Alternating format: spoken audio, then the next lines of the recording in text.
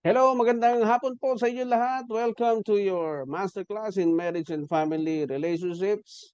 Ito po ang ating last module, module 10, because the next activity will also be covered by the program, which is isusurprise ko kayo mamaya. So, today is the 18th day of March, the year of our Lord 2023. This is our advanced course in marriage and family relationships. And at least nasa conclusion part na tayo. Makikita na natin ang fruits of your labors in attending this session. This module, the last session natin, still has the same objective of preserving families through the right and genuine counseling. So, for today's session, we will discuss how to guide a couple through a crisis, the true renewal of vows, revisiting the true marriage contract. Maganda pag-usapan ito. Kasi sa ating mga tradisyon, kultura na nakikita, every time may couple na nagpapakasal, nagpipirmahan sa kontrata. Pero pag dating na dun sa terms and conditions ng kontrata, hindi mo naman makikita doon sa marriage contract. Ang nakikita lang natin doon yung birthday natin, yung pangalan ng magulang natin, pangalan ng religion, pangalan ng nanay natin, di ba?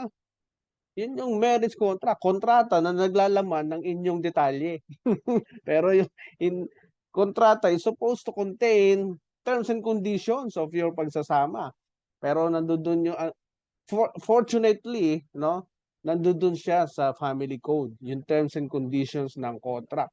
Kaya kung hindi natuturo ng tama ang terms and conditions ng kontrata, mananatiling isang papel na pinirmahan lang ng dalawa sa mata lang ng tao, no, yung kanilang paniniwala kapag sila ay kinasal.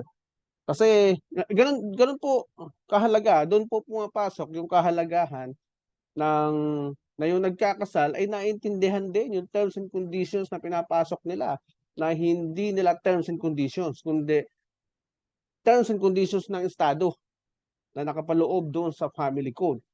At I encourage you also to study family code from Article 1 hanggang 34. Article 1 hanggang 34 ay naglalaman ng lahat ng bagay na may kinalaman sa requirement ng pagpakasal, at edad ng tao, formal and essential requisites. Those are all formalities, no? Pero pagdating ng Article 35 ay doon na pinag-uusapan kung paano kayo maghihiwalay. Kung paano nyo sisirain ang institusyon na tinayo ninyong dalawa kapag hindi na kayo magkasundo. No? Nakakatuwa ang ating family code. Kaya wala akong ginawa dyan, kundi balibaligtarin para hanapin yung solusyon. Bakit ba dami naghihiwalay? Ano ba problema dito sa family code na to? Kaya ako hinahanap talaga, pinagtsagaan ko Kaya after kanturuan, no? Andun yung sa aking book, kung nabasa nyo na, kung nandun na kayo sa chapter na yon. After kanturuan, kung ano ihahanda mo bago magpakasal, tuturuan ka na kagad kung paano kayo maghihiwalay, kung paano mapapawalang bisa ang inyong kasal. Alam nyo, susunod na chapter doon ay ang inyong legal separation. Legal separation, ang susunod na chapter doon. After the legal separation, tsaka lang papasok yung rights and obligations of spouses. Saka naman nakakita ng ganong sequence, no? Napansin nyo ba yun? Na titingnan muna, kapag hindi kayo magkasundo, eto na yung guidelines paano maghiwalay, bago kayo bago sabihin sa inyo yung inyong duties and obligations, nandun pa sa hulihan, no? Kaya nga yung book ko, yung aking libro ay talagang nakapaloob diyan yung logical question base sa sequence. Napakahalaga ng sequence ng steps na dapat pinagdadaanan ng tao para maging successful ang isang pagsasama. Kaya bibisitahin natin ang totoong marriage contract na dapat nakapaloob sa family code, no? Meron akong na-research na hindi ito bago actually, ito yung studies talaga ng mga scientists. Kaya malaking tulong ang science sa atin dahil ang author ng marriage ay hindi naman nag-i-explain. Ang King of Kings, the King of all kings, ay hindi nag-i-explain. Kahit naman yung sino mang hari na nabuhay sa mundo, ay hindi yan nag-i-explain. Okay? Kaya nagkaroon ng necessity for studies na tinawag natin later on na naging science. Okay? So, ipapakita ko sa inyo ang sample ng isang tamang marriage contract.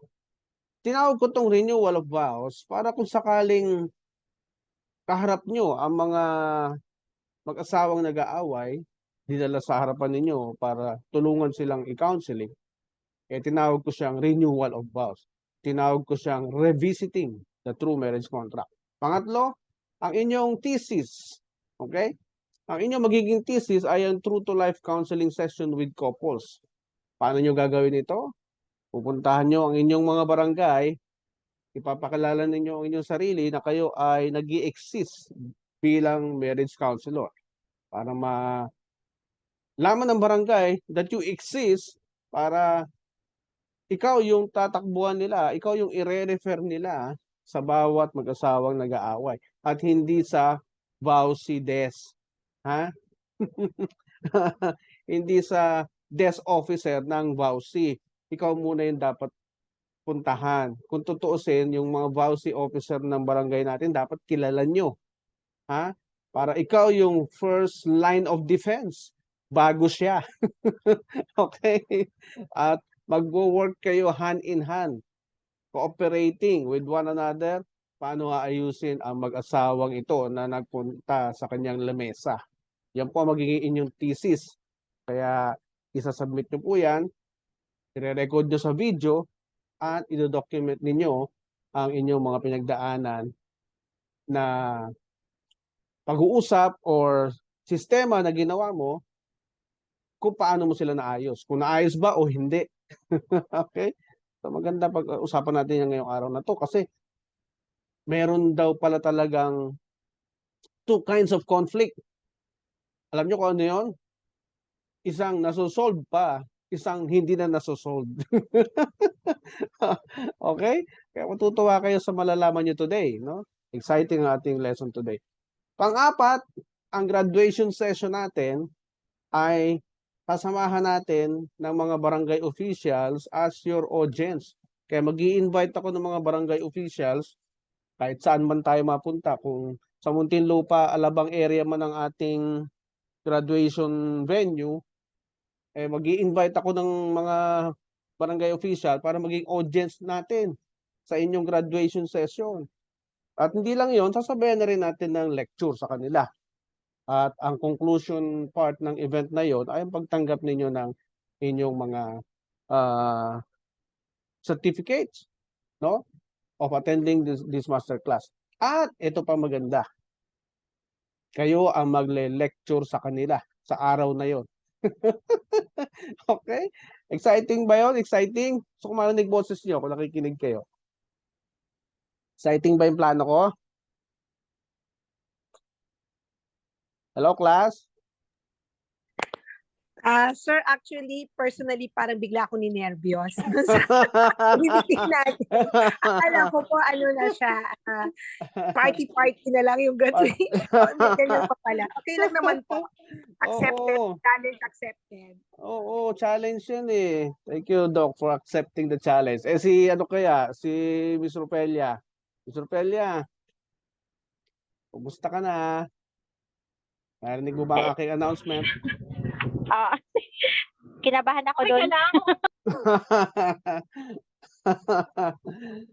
Challenge accepted or you need more time?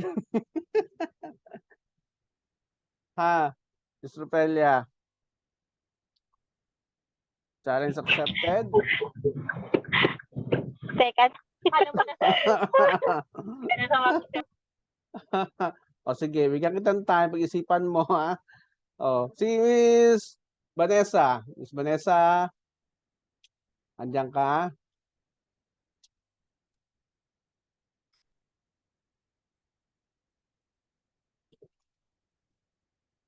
Challenge accepted, Miss Vanessa. Baka okay na ba boses mo? Sige, I hope so ha. Basta yun ang ating plano, kaya paghandaan ninyo. Kasi doon natin makikita kung talagang na-absorb ninyo ang lahat ng ating mga pinag-usapan, lalong-lalo na mga principles, mga first law na napakahalaga maging priority ng bawat teachers o family teachers ng bawat komunidad. No? Isa kayo sa ituturing ko ng family teachers ng inyong mga respective communities. Okay? What else?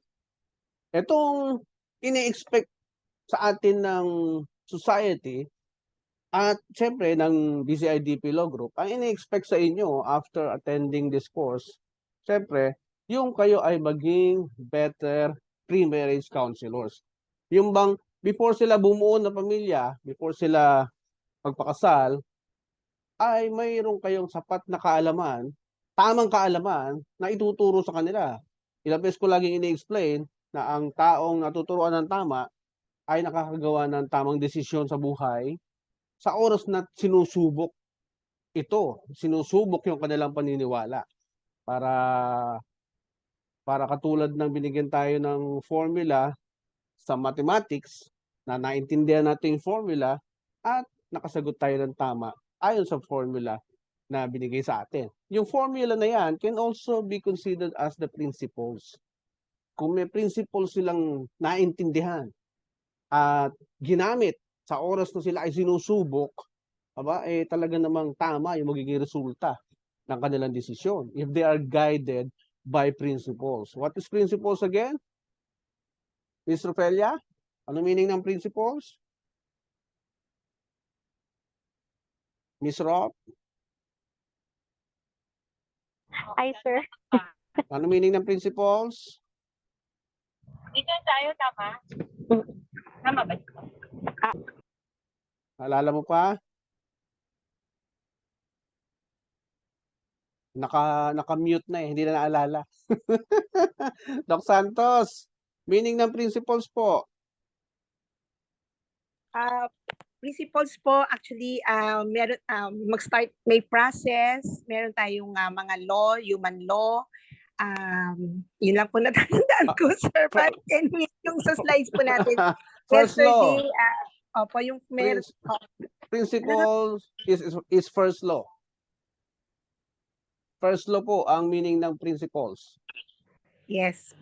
First law, yan. Huwag kalilimutan. Yan ang ating priority dapat at priority ng bawat pamilya Pilipino. Paunawa po natin sa kanila yan. So, this course should make you better pre-marriage counselors na before they enter or create an institution, bit-bit na nila sa kanilang mga isipan yung mga principles na yan. First law na dapat priority nila sa kanilang mga desisyon sa buhay, lalo na kapag sila ay sinusubok. Pangalawa, this course should also make you become better marriage and family counselors during the marriage. May crisis o wala. Di ba? Alam ba, meron lang couple na gustong lumapit sa inyo for counseling, wala namang serious problem, pero they just want to know if they are on the right track. Meron kayong sapat na knowledge din para sabihin sa kanila, oh, tama. Using the principles that we have discussed, oh, tama, you are on the right track. Di ba? Malaking tulong yan sa kanila para baka akala nila kasi parang wala naman kaming problema pero parang naboboard kami. No? Merong ganong couple na baka magulat ka, lalapit sa'yo, wala naman pala kayong problema, okay naman pala kayo eh. Pero bakit kayo lumapit sa counselor? Bakit kayo naghahanap ng tulong? Kasi po parang naboboring na kami.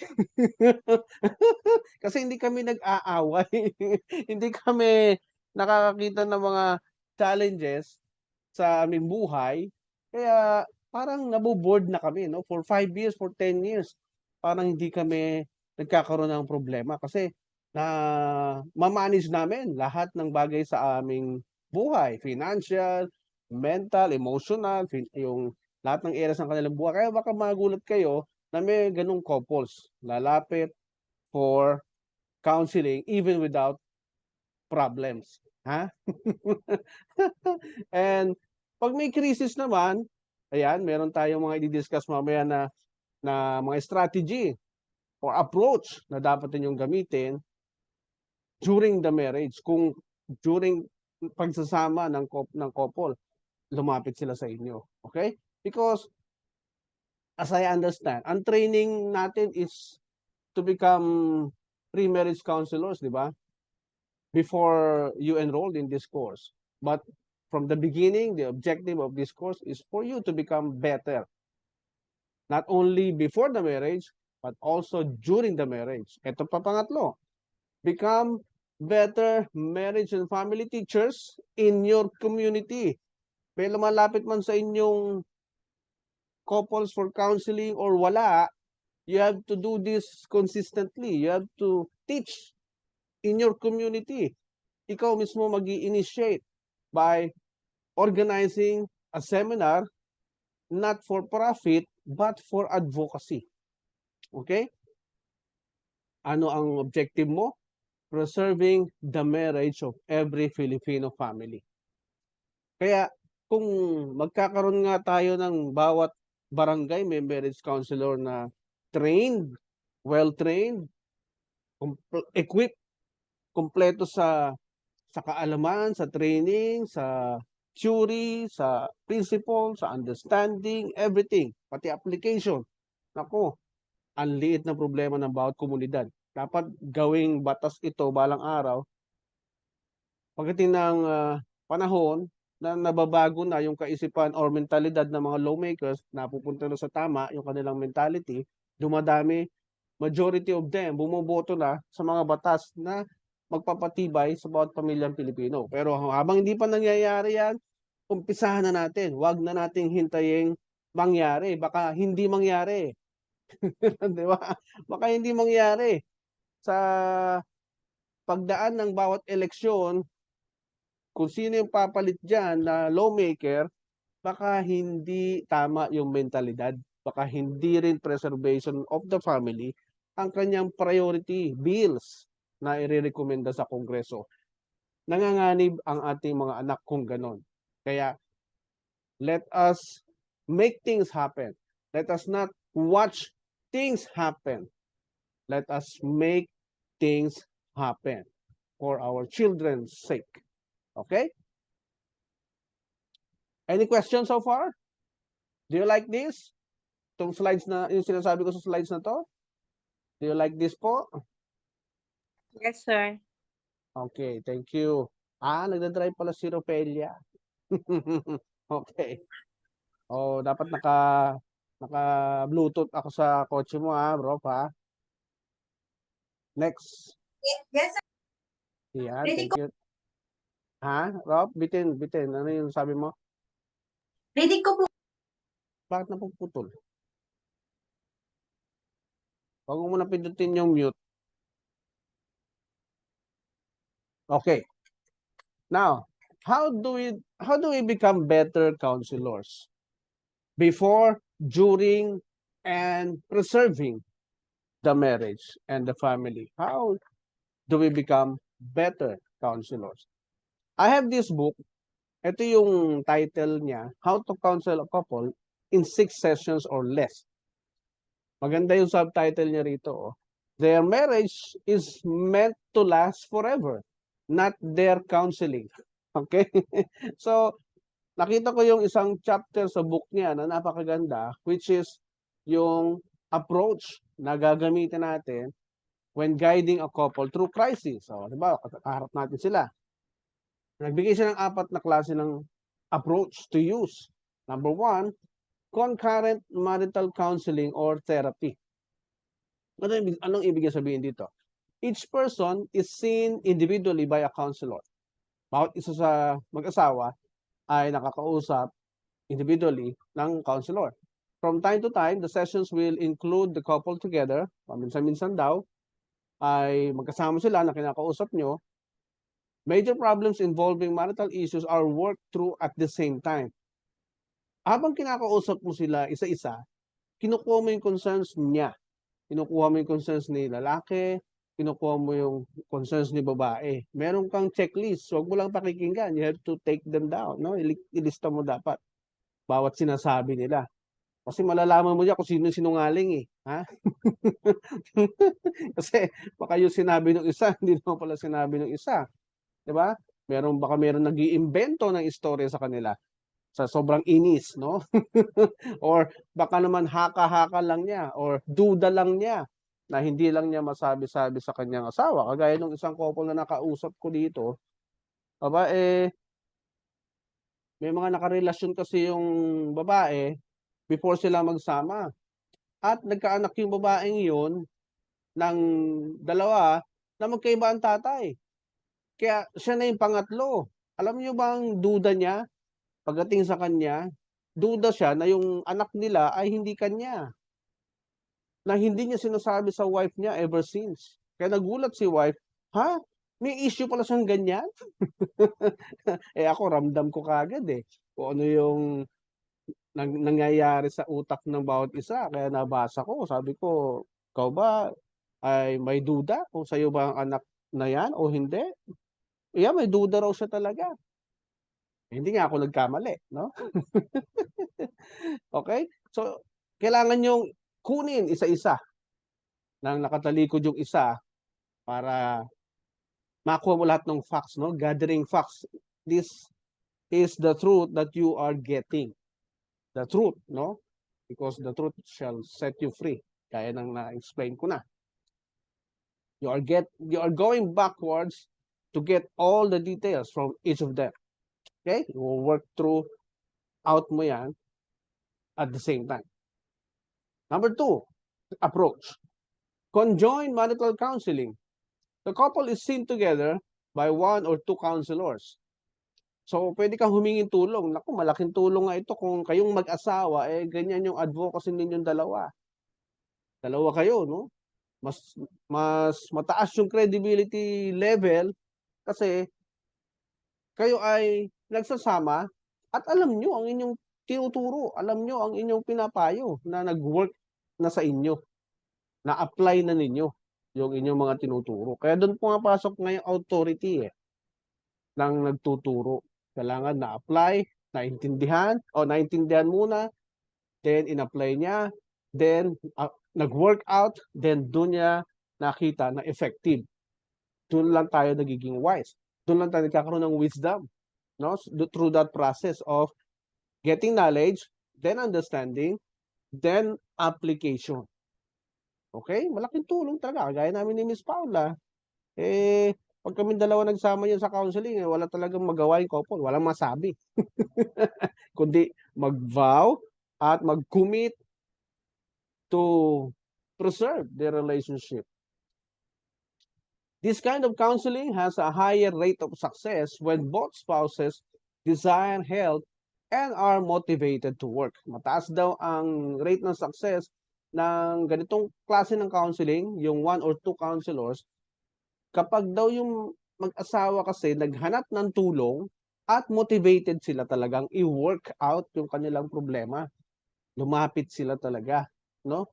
Kaya mas lalo ka dapat ma-excite in helping them as a counselor dahil naghanap sila ng tulong. Hindi lang basta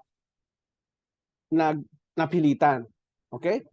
Often, within the context of this counseling, individual work will occur in the presence of the other spouse. Minsan daw, sa context ng approach na ito, yung individual work, yung pag-approach mo sa kanila isa-isa ay mangyayari habang kaharap naman yung isa. Ginawa din namin ito noon, yung approach na ito. Habang nag-i-explain si lalaki kasi guilty of infidelity, guilty na ng babae, Nagbabayad ng ano, ng mga bayarang babae. Ini-explain niya. Yung wife niya, straight talaga yung tingin sa kanya, eye to eye, walang kakurap-kurap, Talagang gusto niya makita kung nagsisinungaling yung husband niya sa harapan niya. So, nakakatuwa yung ganitong approach din na makibabasa mo kung matapos mo siyang kausapin individually, tapos eto na, hinarap mo na yung asawa niya, uulitin niya uli yung kanyang storya, makikita mo kung may binawas siya o dinagdag pagkaharap na niya yung asawa niya. Habang nagsasalita siya. Okay? Mababasa mo kung sino may problema. Malalaman mo kung sino ang may problema.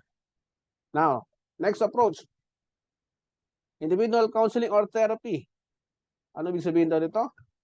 Each person is involved in counseling with either separate counselors or the same therapist. O so sa kanila, merong kausap na counselor din at yung asawa niya may kausap din ibang counselor or the same. Pwedeng ikaw din yun.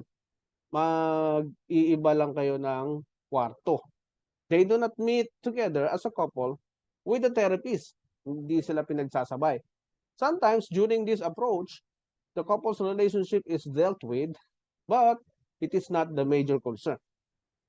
Dito ro sa approach nito, yung kanilang relasyon ay tinututukan, yung kanilang issue sa bawat isa.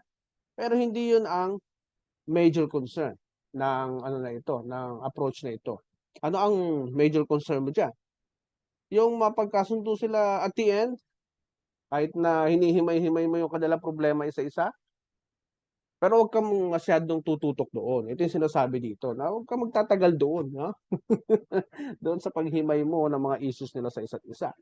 Your goal is still to make them believe na yung kanilang relationship ay may pag-asa pang mag-work. May pag-asa pang maayos. Okay? Number 4. Couples group counseling or therapy. This approach involves several couples meeting together with one or more counselors. Kung meron kang kasama, mas maganda, no? Parehong makikinig at magbibigay ng kanyang sariling opinion. Kung dalawa kayong nandun sa group counseling nito among different couples. This is often used to diffuse tension-filled relationship. Magandang gamitin daw itong approach na ito kung ang mga couples na involved ay punong-puno ng tensyon, ano? Parang pag nagdikit gusto nang magpatayan, no? Kasi pag may kaharap silang ibang tao, mahihiyang magpatayan, no? Kasi maraming witnesses. Kakatuwa naman, ano? Merong pagpipigil na nangyayari pag may mga kasabay silang ibang tao. Maraming titistigo, no? Pag doon sila nagpatayan, sigurado hindi na mahuhuli ng buhay yung isa doon sa kanila. Ay ano, ibig sabihin, hindi na makakatakas. Talagang on the spot, caught in the act. Okay? Tension-filled relationship. Couples can learn from other couples' comments. Yung mga ibang katabi nila, habang nakikinig sa kanilang istorya, ay pwede rin silang matuto doon. Mga komento ng mga ibang kasama nilang couples doon sa group counseling na ito. I'm sure may mga movies, may mga Hollywood movies kayo napapanood na pinapakita yung mga nagka-counseling sila na group tapos nag-uusap at nakikinig sa bawat isa. So, maoobserbahan mo sila kung paano sila magbigay ng komento nila sa ibang ano. Di ba may realize nila in the process na, bakit sila nakakaya nila? Ba't tayo hindi? Di ba? At matatawa ka pa nga pag nag-comment sila na kino-correct nila yung ibang couple samantalang yung sarili nila hindi nila maayos, no? Parang ang galing nila magpayo sa iba, pero sila mismo hindi nila maayos yung kanilang sariling problema. So makikita mo yung mga ganong eksena, matatawa ka. Okay? Observing how they interact. Now, eto na. Nakapili ka na ng approach. Ano ang itatanong mo ngayon? sa kanilang dalawa. Merong marriage check-up questionnaire na na-publish dito sa book na ito, yung kanina na pinakita ko, still under the same book. May questionnaire siyang binuo doon na isi-share ko ito sa Google Drive with all of you para ma-print ninyo at mapag-aralan ninyo. Meron siyang marital evaluation part na nagtatanong kung how much significant time you spend together as a couple and when you spend it, how much. Kumbaga, re-review mo talaga sila isa-isa, no? Evaluation nga ito eh. Describe 5 behaviors or tasks your spouse does that you appreciate. Ang mga bagay na ginagawa ng asawa mo, 5 bagay na natutuwa ka ginagawa niya. Natutuwa kang makita si husband na naglalaba. Natutuwa akong makita si husband na naghuhugas ng plato. Sana all. Di ba? At natutuwa ka, na-appreciate mo yung pag-uwi ni husband ng maaga, kailangan ipasulat mo yan. 5. Hindi pwedeng wala eh. Pag wala siya maisulat, doon pa lang, alam mo na kung ano yung kakaharapin mong challenge bilang counselors. No? Walang maibigay kahit isa. Okay. List 5 qualities of your spouse that you appreciate. Mga qualities naman ang hinihinging 5 bagay na ipapasulat mo sa kanila. How frequently do you affirm or reinforce your spouse for the behaviors and qualities described in questions 2 and 3? And so on and so forth. Maganda itong Tagalogin ninyo. Itong questionnaire na ito. Ito ang gagamitin yung pamantayan kung paano mo uumpisahan yung counseling sa kanila, yung therapy sa kanila. Okay po? Your goals for counseling, nandyan din. Yung changes and commitment level, in case na sumagot sila na hindi ko gustong makipag-ayos eh. Gusto ko talaga hiwalay na. Ayoko na. Ay, nako. Ito ang mga gagamitin mong guide. Tagalogin nyo lang para mas madali nila maintindihan. Ito my commitment level to improving my marriage is number 4. Malalaman mo talaga eh kung ano bang isosolve mo eh. Meron ka ba isosolve talaga? Ha? Number 1, yung from 0 to 10, from the ranking of 0 to 10, gaano ka taas yung commitment level niya para i-improve yung kanyang marriage, yung kanilang pagsasama. Pwedeng nasa average yan, o 6, or 7, or 8, or 9, or 10. My spouse's commitment level to improving our marriage is, nakitaan ba niya asawa niya na gusto rin ayusin ang kanilang marriage? Masusukat niyan from 1 to 10. Okay? So ito po yun. I-share ko sa inyo sa Google Drive. Now, another book, a New York Times bestseller, The 7 Principles for Making Marriage Work, na nakitaan ko rin na napakagandang strategy, style, sa pag-resolve ng problema ng marriage. This is from John M. Gottman, a practical guide from the country's foremost relationship expert. Sabi niya sa isang chapter niya, may 2 kinds of marital conflicts. Ito yung solvable at perpetual.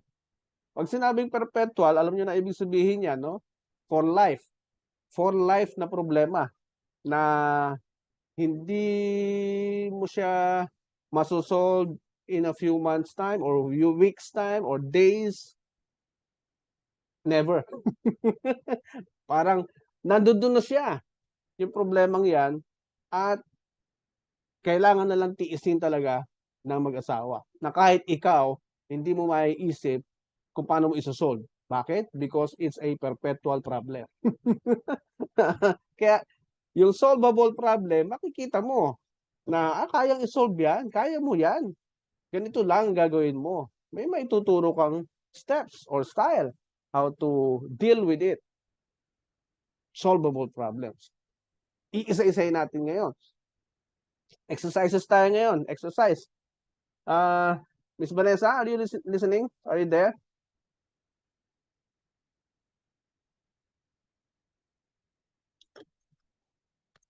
Miss Vanessa?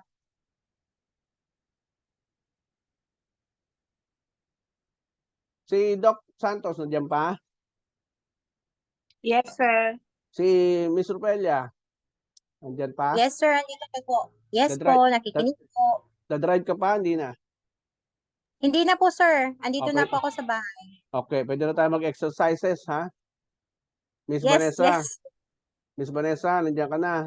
Nakikinig ka na, narinig mo na ako? Exercises tayo.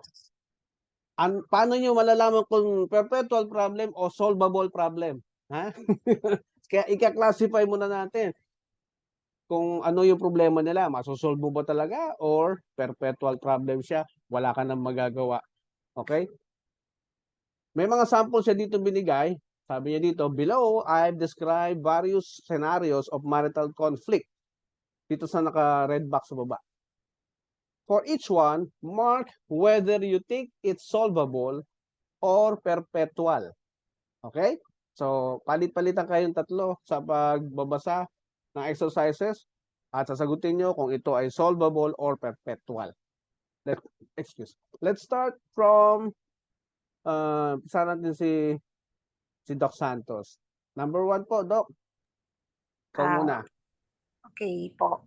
Cliff and Lynn agree that it's Cliff's job to take out the kitchen trash every evening after dinner. But lately, he's been so distracted by a big... Asa na po kasunod, sir? Ayan. Yan.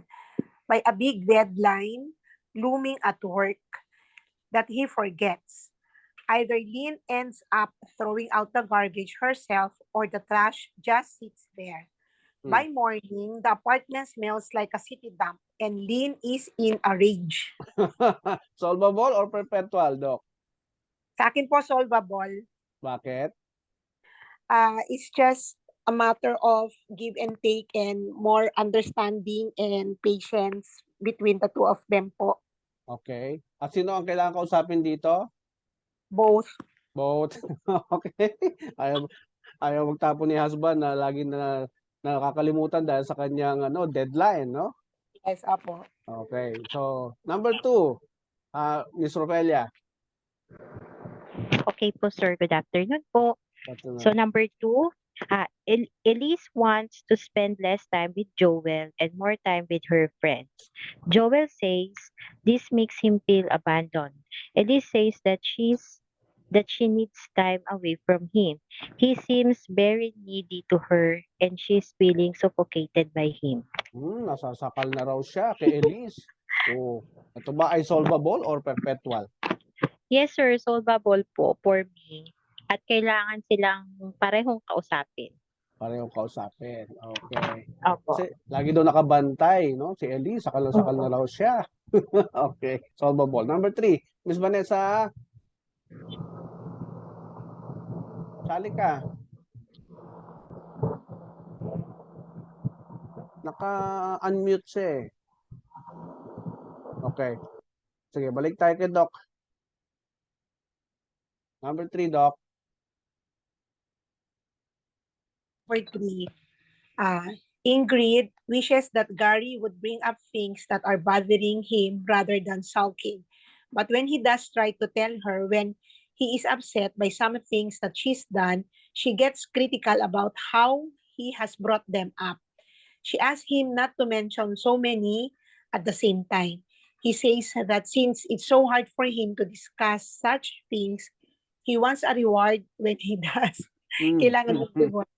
Namely, he wants Amy to say she's sorry instead of criticizing his style of communication. Solvable. Solvable pa rin. Okay, mukhang ma-adjust yung attitude. Oh, no? Yes, it's more on their behavior lang po to eh. Oo, behavior. Okay.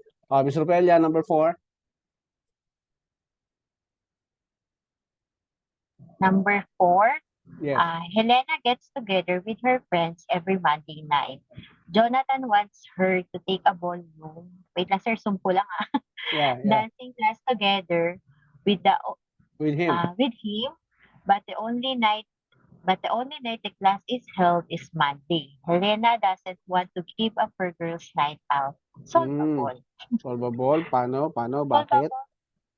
Kausapin sila, sir. Pag-usapan yan.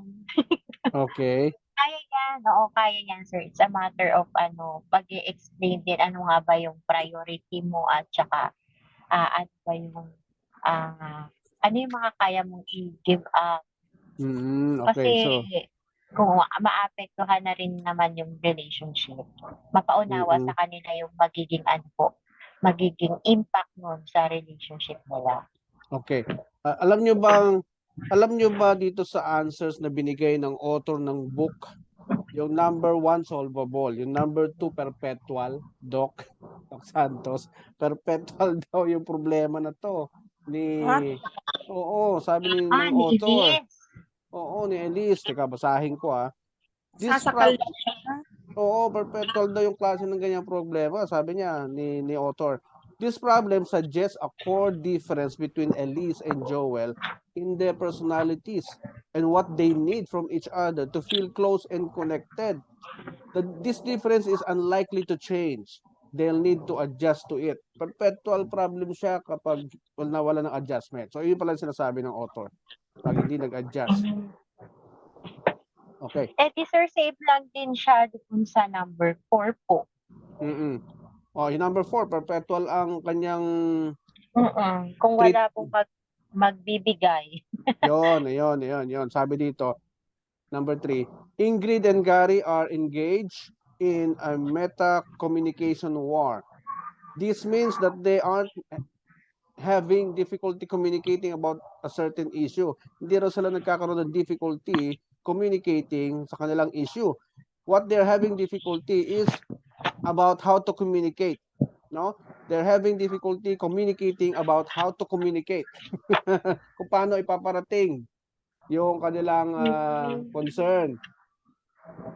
This is not related to a specific situation, but is present whenever they have a disagreement. So yung magkakaroon ng disagreement, lumalabas. Okay? Perpetual daw sabi dito ni Dr. Gottman, number 3. Number 4, si Helena, sabi naman niya, solvable. Bakit daw? Si Helena and Jonathan can resolve this issue in a number of ways. Perhaps they could switch off weekly between dancing class and Helena's girls' night out. Pwede raw magpalitan weekly. Oo nga naman, sir. Oo. Dali lang po yan. Yeah. Or maybe her friends would be willing to switch the night. Mga friends daw niya would be willing to switch the night. Or Jonathan could find another dancing class on another night or on the weekend. Or one of them could simply agree not to push it. one of them mag-give in na wag nang ituloy yung kanyang activities. Okay. Number 5. Sino na? Si Doc. Doc Santos, number 5. Number 5, Penny complains that Roger expects her to do all the work that taking care of their newborn son. Roger says he'd like to do more, but because he works during the day, he isn't as experienced as his wife at diaper, bathing, and the like. Whenever he does try to do something, like wake up the baby when he cries, Penny tells him he's doing it wrong. This makes him angry and he ends up telling her to do it herself. Solvable. Solvable. Okay, yun din sabi na author ni Dr. Gottman. Sabi niya, Roger just needs to spend more time with his son so he can get up to speed on his care. And Penny needs to back off and let Roger approach baby care his way. Ang ganda tong sinabi niya dito, no? Pag back off yung nanay, hayaan mo yung tatay paano mag-alaga his way. Di ba? Because this issue isn't related to deep-seated needs either of them has. It can be readily solved through compromise. Kasi nga, kinukorek ng asawa itong si Roger. Mas gusto ng wife na gayahin yung style niya sa pag-aalaga. Siyempre sa lalaki, respeto yan Issue ng respeto yan Hayaan mo siyang alagaan yung bata according to sa kanyang style na hindi naman destructive sa bata o hindi naman hurtful sa bata. Okay? Number 6. Perpetual daw ang sagot. Ba't kaya? Basahin natin. Ms. Rupelia, number 6.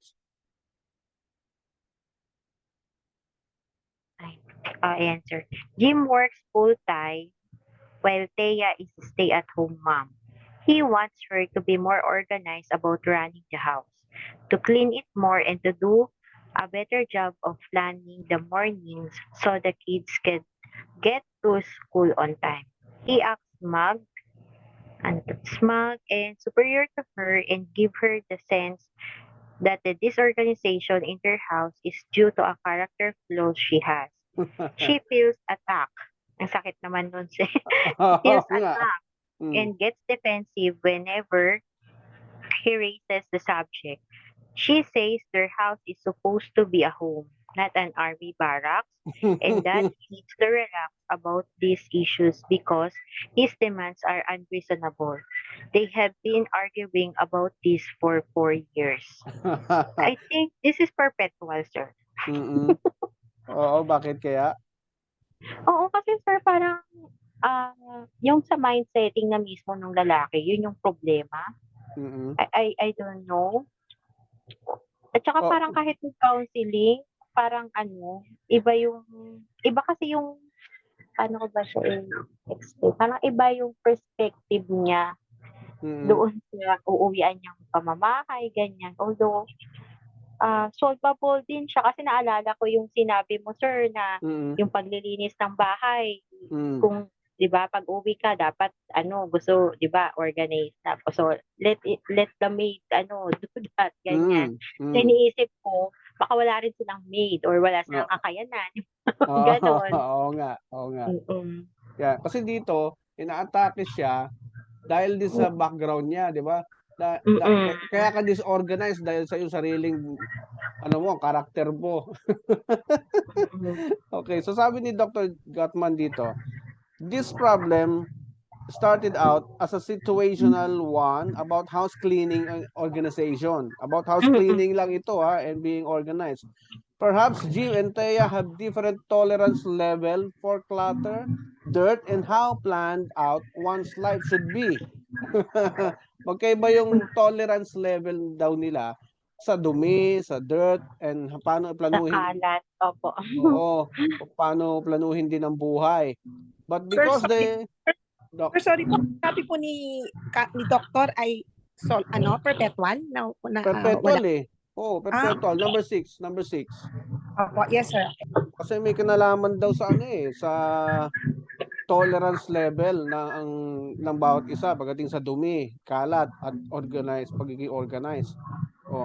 But because they haven't found a compromise position about running their house, they have continued to argue about these differences. Thea has come to feel her husband doesn't value or respect her role, while he feels that she's not holding up her end of the marriage by keeping the household well organized. No, para kay Jim, sa lalaki, para bang hindi niya mini-maintain na maayos yung marriage by not being organized in the home. Di ba? Iba talaga mag-isip ang lalaki. The argument has become about their mutual resentment rather than about housekeeping. Naging housekeeping na yung argumento, hindi na tungkol sa mutual resentment. Okay? Number 7, perpetual daw, sabi ni Dr. Gottman dito. Bakit kaya? May basa mga Miss Ropelia? Okay, number 7 po. Whenever Brian and Alisa have a disagreement, he quickly raises his voice. Alisa feels intense stress when he yells and tells him to stop. Brian says he doesn't see anything wrong with yelling when he's upset. Alisa starts to cry and tell him she can take it. So they find themselves fighting over his yelling rather than whatever issue they disagreed about. Oo nga sir, perpetual nga ito sir. Perpetual problem yan. Opo. Oo. Opo. Kasi ang style ng lalaking walang maisagot sa isang problema, Maninigaw. maninigaw. Oo. Para lang matapos na yung argumento. Wala siyang maisagot wala siyang may offer na solusyon maninigaw. Sabi ni Dr. Gottman dito, Brian and Eliza have different emotional styles. He tends to be volatile, meaning that he's very passionate and out there with his emotion. Ito yung sinasabi ko pag walang laman ng utak, nagiging emotional yung lalaki. Kukuha ng basis sa kanyang emotions. Eliza prefers to discuss issues quietly and rationally. When Brian starts yelling at her, she feels overwhelmed and quickly becomes flooded. Since emotional style is part of one's personality, neither of them is likely to change. But by becoming aware of and respecting each other's emotional style, they can find an approach to conflict resolution they are both comfortable with. Itong binabasa kong answers na dyan sa next slides gusto ko lang itapat para mapag-usapan natin kagad. Okay? Number 8 daw is perpetual. Bakit kaya? Doc Santos, number 8? Ever since the baby was born, Kurt has felt that Irene is squeezing him out of her life. She insists on doing all of the child care herself and doesn't seem to have time for him anymore. She has been thinking a lot about her own childhood. Her parents divorced when she was 2 and she was shuffled between relatives' homes for years. She tells Kurt that she doesn't want her son, Brendan, to feel abandoned by her as she did by her own mother. But Kurt feels betrayed because one of the things he always loved about Irene is how nurturing and motherly she is toward him. Now, that's all being directed at the baby, and he feels cheated. Oh. Parang feeling ni Kurt dito, no, na ano na siya, hindi na siya inaasikaso. Ang dami tayong ganitong cases na Opo, pero sa kanyang own baby. oo, hindi na napapansin yung husband, no?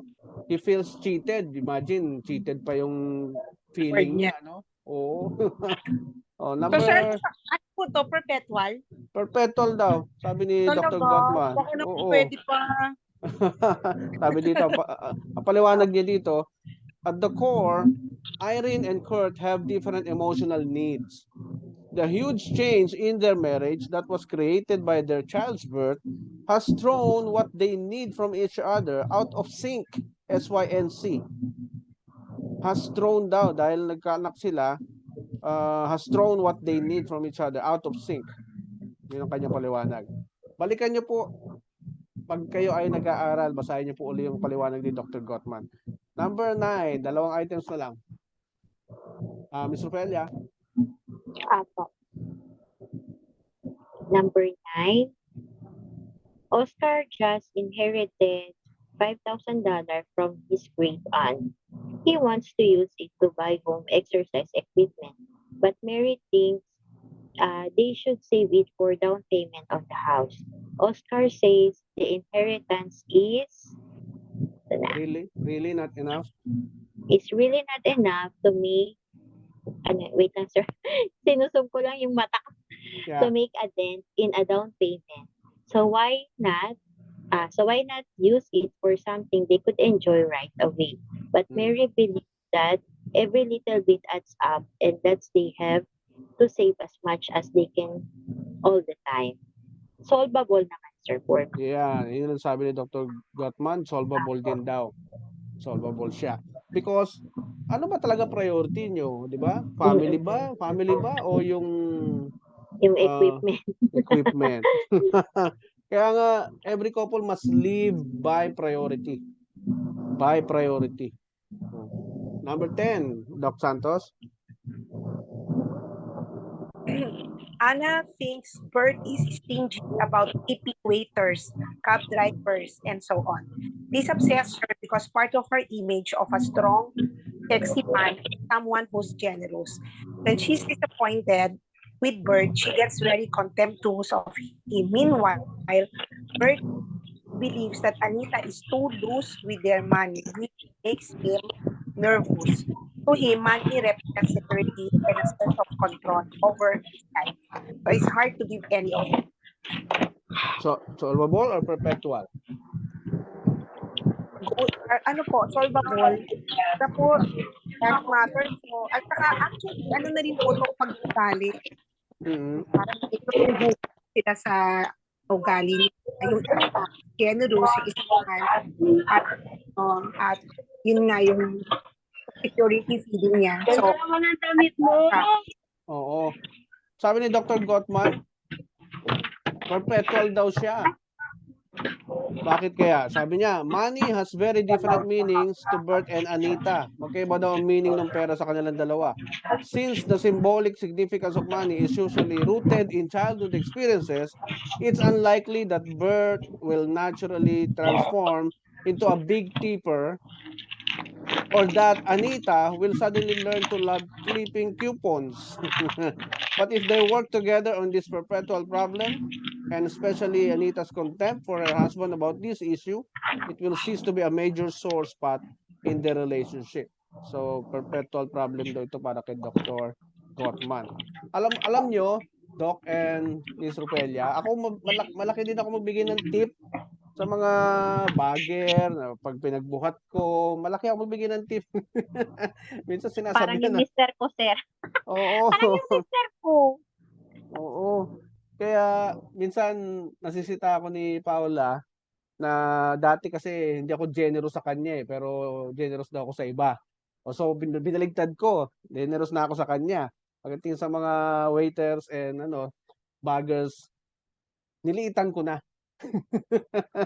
Kaya mas marami na sila natatanggap sa akin. Mas marami na sila natatanggap. Oo. Okay, so kahit na perpetual, ibig sabihin dito sa exercises natin, kahit na perpetual yung isang bagay dahil rooted from childhood, no? Ayun may sinasabi dito si Dr. Gottman na even though rooted from childhood, yung kanyang attitude ngayon ay perpetual ang treatment, kung magkakaroon ng different understanding, point of view sa issue, baka mabago. No? Doc Santos? Tama ba? yes, opo, yes sir. Oo. Opo, yes sir. Basta maintindihan lang kung ano yung kaibahan or difference. Makakapag-adjust yung tao kahit na deeply rooted from childhood yung kanyang ginagawa. Okay? And willing po na willing, dapat din yung willing, open-minded siya na Yes. karoon ng changes, yes, for the sake of For the sake of the successful institution na successful marriage. Yes. 'Di ba? Napansin nyo, ito yung mga common issues ng bawat mag-asawa. Maliit na bagay, pero ito ay lumalaki pag na-neglect. Pag hindi na-address, lumalaki. 'Di ba? Very simple lang, pati pagtatapon ng basura, pati merong mga Sa kilos. diaper. Oo, imagine pati diaper. Meron talagang bagay na hindi nyo magugustuhan sa isa't isa habang kayo ay nagsasama. Pero kung may iba yung perspective, yung mentality, talagang magkakaroon ng adjustment. Sa mentality pa rin talaga magsisimula eh. 'Di ba? Nakita nyo? Mabago lang yung mentality. Ma-adjust ang anumang issues negative sa bawat pagsasama. Now, meron din ditong sumunod na slides na kung kayong dalawa naman, no? Ito yung assessing your marital conflicts questionnaire. Again, sinasabi ko sa inyo, bago kayo maging effective counselor, kailangan i-assess nyo muna yung sarili mong marriage, yung sarili mong relationship with your spouse. Ito, gagamitin nyo itong form na to para baka naman may problema din sa inyong dalawa, paano ka makakapagpayo ng maayos na meron palang issues kayong dalawang mag-asawa na hindi nyo pa na-address. So, use this form. I would strongly suggest, use this format, yung questionnaire, para sa inyong dalawang mag-asawa ito. Okay? Yan. I-assess mo, pipiliin mo talaga kung anong sagot mo dyan. Perpetual, solvable, or not a problem right now. Okay? Meron dito number 4, nakakatawa. We are having problems in our sex life. Baka issue yan sa inyong dalawa, hindi nyo na papag-usapan. I-assess mo na. Ha? Di ba? Sex is less frequent. Our love making feels less loving. O, baka may mga feelings ng ganon. Kailangan malaman ng partner niyo yan. Ha? Yung bang babasahan mo ng libro, no? O tapos ka na ba? May problema tayo doon. Kapag during sex, sabi nabasahan ka o may ka-text. Yan, hanggang 11, 12, 13, 14, 15, 16. Ang dami. 17. O, may scoring pa. Okay? So, use that exercises, ha? I-share ko yan doon sa Google Drive as a JPEG. In-scan ko, pero JPEG lumabas instead of PDF. Now, ito yung the true renewal of vows contract or the true terms and conditions na dapat laman ng marriage contract. Ano yon? Tingnan natin. Kasi may mga tinatawag na love busters according to this author, si Willard F. Harley Jr. Workbook. Kaya may mga template siya ditong binigay na love busters ang tawag niya para dun sa his needs at her needs. Ang kanyang aklat ay pinamagatan niyang 5 steps to romantic love. Sabi dito sa agreement na binigay niya para daw ma-overcome yung mga sumisira ng love, love busters. Yung nakakasira ng inyong pagsasama and meet the most important emotional needs. Ito daw yun, Yung chapter 1 ng kontrata na ito, ng agreement na ito, the husband and wife agree to avoid being the cause of each other's pain or discomfort by protecting each other from what? Selfish demands, disrespectful judgment, angry outbursts, dishonesty, annoying habits, independent behavior. Puprotektahan daw ang bawat isa sa mga ganitong mga behavior. Yan, yung mga ganyan. Chapter 1 yan ng kontrata. Nakakatawa. This agreement is made this day of blank between husband and wife, hereinafter called husband, and the name of the wife. Ilalagay dyan.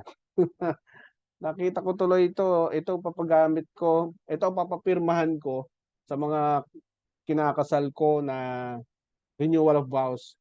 Kaya nga kayo nagre-renew. Ibig sabihin, alam nyo ba kung ano nire-renew nyo? Pakakala nyo, porque nagmimisa lang kayo at renewal of vows yan, pinapakita nyo sa mga tao na nagre-renew kayo ng vows. Kaya i-detalye ko sa kanila, ano ba yung nire-renew nyo talaga? Anong klaseng vow? Alam nyo ba yung nire-renew nyo? Kaya ito ang papipirma ko sa kanila. Sa March 22, meron ako ikakasal sa Antonio's Garden sa Tagaytay. Civil marriage daw. Walang misa. Okay, fine. So, nire-ready ko to para sa kanila. Pirmahan nila. Okay? Part 2 ng kontrata, sabi dito. The husband and wife agree to meet each other's most important emotional needs. Ang dami, Tingnan nyo. Doc, pakibasa mo nga. Doc Santos. Yes, sir. Get ko lang. Dami nga. nga. So, agreement to overcome love busters. Selfish. Dito na tayo. Sa second na tayo. Part 2 na. Part 2 ng kontrata. The husband and wife agree. Sir, wala ako. Ay, hindi lumalabas. Yan. Lumabas na?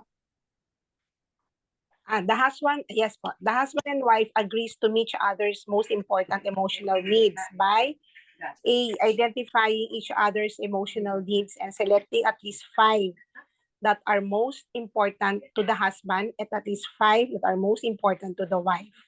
This may include affection, expressing love in words, cards, gifts, hugs, yun po yung repeated expressing love, sexual fulfillment, understanding's own sexual response. So I think dapat po may sexual satisfaction. Yes. And then conversation, mag-set time to talk about mga nangyari sa the whole day nila or kaya yung mga plano sa buhay. Avoiding angry or judgmental statement, dwelling on mistakes, para nakarelate ako doon. Showing interest in their spouse favorite topics, balancing conversation, using it to inform, investigate, understand each other, and giving each other in undivided attention. Yan Mm. po. Kasi minsan nagkwekwentuhan pero nanonood naman ng Netflix. Yeah. Yan. Messenger. Yan. And then recreational companionship, developing an interest in the favorite recreation activities of the spouse. Mm. Ayan. And joining those activities. Hala, paano ko pa yung wild adventure ang gusto? Takot ako sa ganito. Opo, if they prove to be unpleasant after an effort has been made, at least nag-effort Oh, na po. yes. Start new recreational activities that are mutually enjoyable. Yeah, negotiate a new Mm, recreational activities na mutually enjoyable. Oo nga naman. Honesty and openness Mm. describe one's own positive and negative feelings, events of one's past, daily events, and schedule.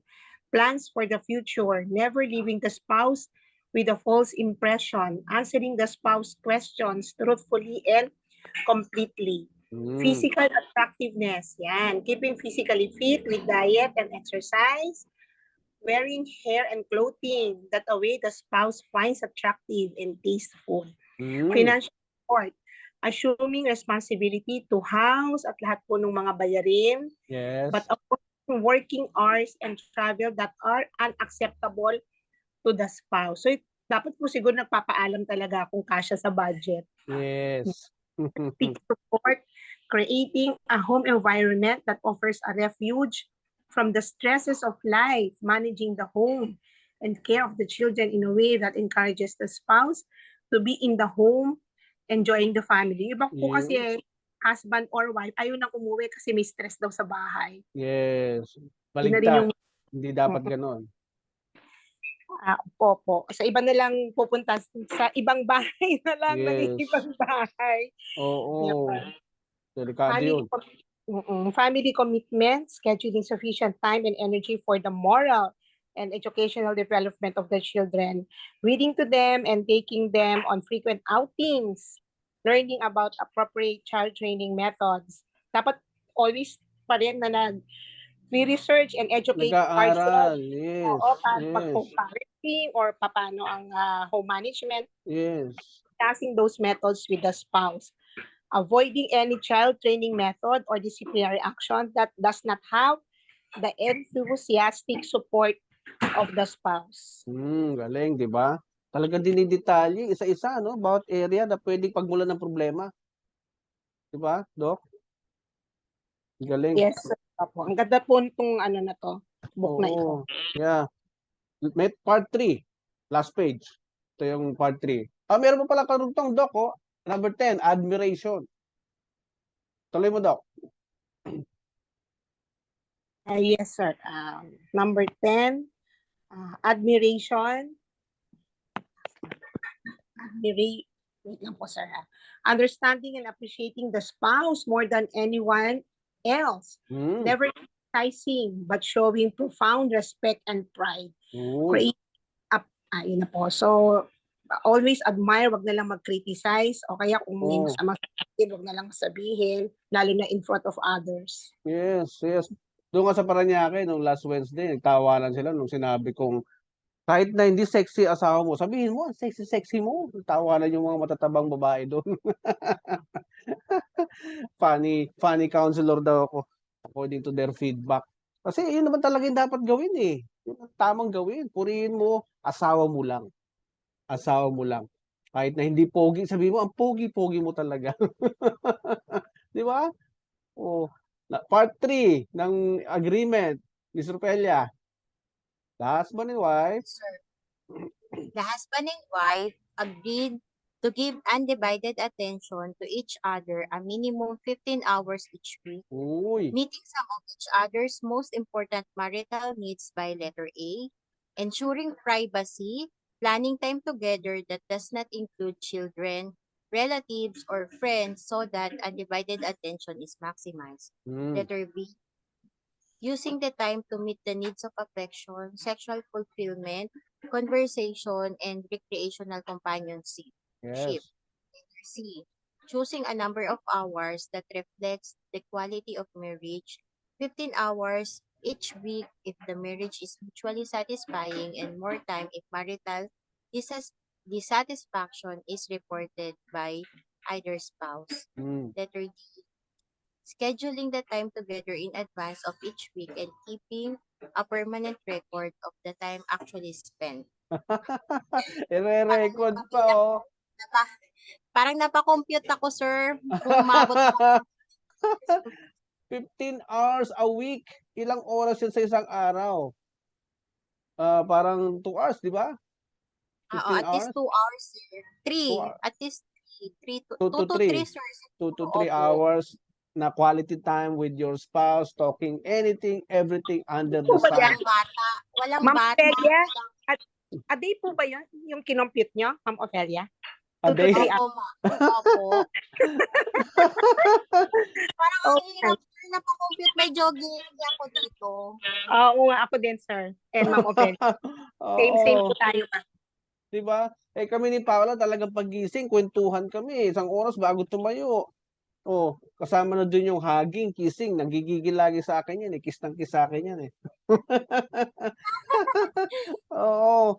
Tapos pagdating ng office, kahit na magkasama kami sa opisina, may boundary kami. Gusto ko mag-focus, siya din. Gusto niya mag-concentrate. Pag tapos ng work, 6:00, sunduan na ng mga bata. Yun, doon lang ulit kami nakakapag-usap. Pag uwi sa bahay, papahinga before dinner, naantay namin yung katulong iserve sa mesa yung pagkain namin. Kwentuhan uli kami about work, about feelings, about reaction ko sa isang tao, about thinking ko sa politika.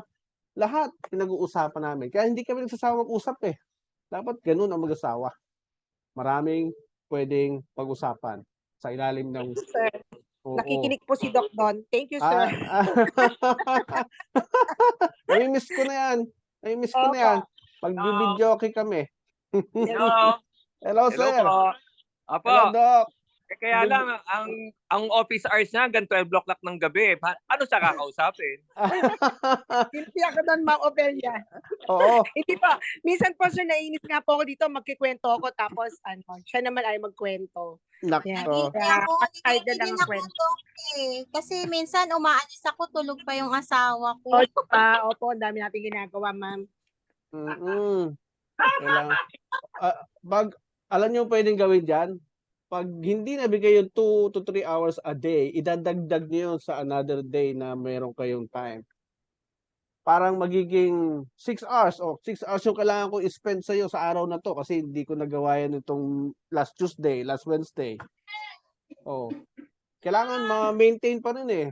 Yung 15 hours a week. Eh, ayon na to sa pag-aaral eh. Di ba? Nakita nila to na very effective. Kaya ito na yung lagi nilang sinasuggest. You will also see this suggestion in other relationship books. Yeah. Okay, time check, 4:53, 5 o'clock. Let us watch this video. Di ko pa na-play ito, no? Na-play ko na ba ito, Doc Santos? Hindi pa. Ako, sir, hindi ko pa siya Play natin, 12 minutes lang to eh. Pakinggan nyo mabuti because this is a Harvard study on human happiness. Kasi nga, pag lagi tayong masayang mag-asawa, hindi tayo magkakasakit. Di ba? Pag laging, very sweet sa isa't isa, magkakaroon man kayo ng konting misunderstanding, pero kaya nyong ibalik kagad sa alignment yung inyong attitude kapag kayo ay nagkakaintindihan sa lahat ng inyong pinag-uusapan. Okay? So, pakinggan natin paano ba ginawa ng Harvard itong studies na ito for 75 years continuously na yung happiest and healthiest people daw sa mundo are those who invested in relationships. Hindi sa stock market, hindi sa lupa, bahay, or anything, kundi sa relationship. Let's hear from them. How did they do it?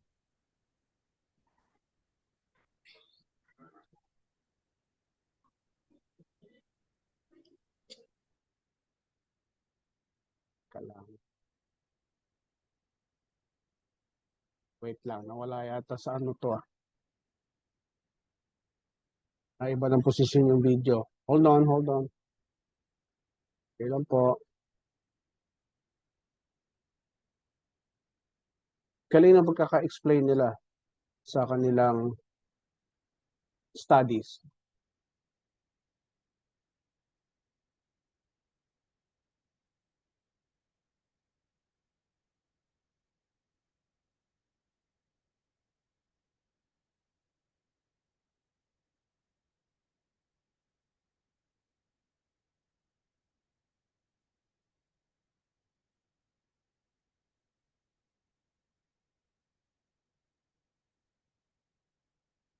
So I hope you're still using your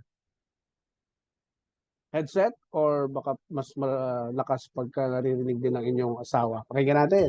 Exciting to. Play. Current slide. Yan. Here you go.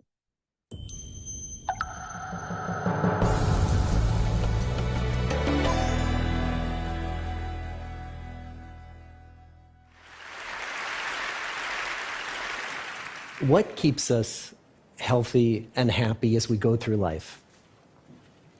If you were going to invest now in your future best self, where would you put your time and your energy? There was a recent survey of millennials asking them what their most important life goals were. And over 80% said that a major life goal for them was to get rich. And another 50% of those same young adults said that another major life goal was to become famous. And we're constantly told to lean into work, to push harder and achieve more. We're given the impression that these are the things that we need to go after in order to have a good life. Pictures of entire lives, of the choices that people make and how those choices work out for them, those pictures are almost impossible to get. Most of what we know about human life, we know from asking people to remember the past. And as we know, hindsight is anything but 20/20. We forget vast amounts of what happens to us in life, and sometimes memory is downright creative. But what if we could watch entire lives as they unfold through time? What if we could study people from the time that they were teenagers all the way into old age to see what really keeps people happy and healthy? We did that. The Harvard study of adult development may be the longest study of adult life that's ever been done. For 75 years, we've tracked the lives of 724 men. Year after year, asking about their work, their home lives, their health, and of course, asking all along the way without knowing how their life stories were going to turn out. Studies like this are exceedingly rare. Almost all projects of this kind fall apart within a decade because too many people drop out of the study, or funding for the research dries up, or the researchers get distracted, or they die, and nobody moves the ball further down the field. But through a combination of luck and the persistence of several generations of researchers, this study has survived.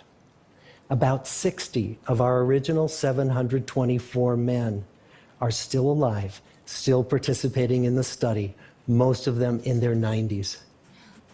And we are now beginning to study the more than 2,000 children of these men. And I'm the fourth director of the study. Since 1938, we've tracked the lives of two groups of men. The first group started in the study when they were sophomores at Harvard College. They all finished college during World War II, and then most went off to serve in the war. And the second group that we've followed was a group of boys from Boston's poorest neighborhoods. Boys who were chosen for the study specifically because they were from some of the most troubled and disadvantaged families in the Boston of the 1930s. Most lived in tenements, many without hot and cold running water. When they entered the study, all of these teenagers were interviewed, they were given medical exams. We went to their homes and we interviewed their parents. And then these teenagers grew up into adults who entered all walks of life. They became factory workers and lawyers and bricklayers and doctors. One president of the United States.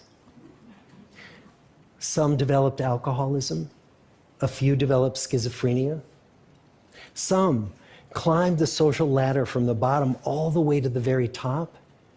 And some made that journey in the opposite direction.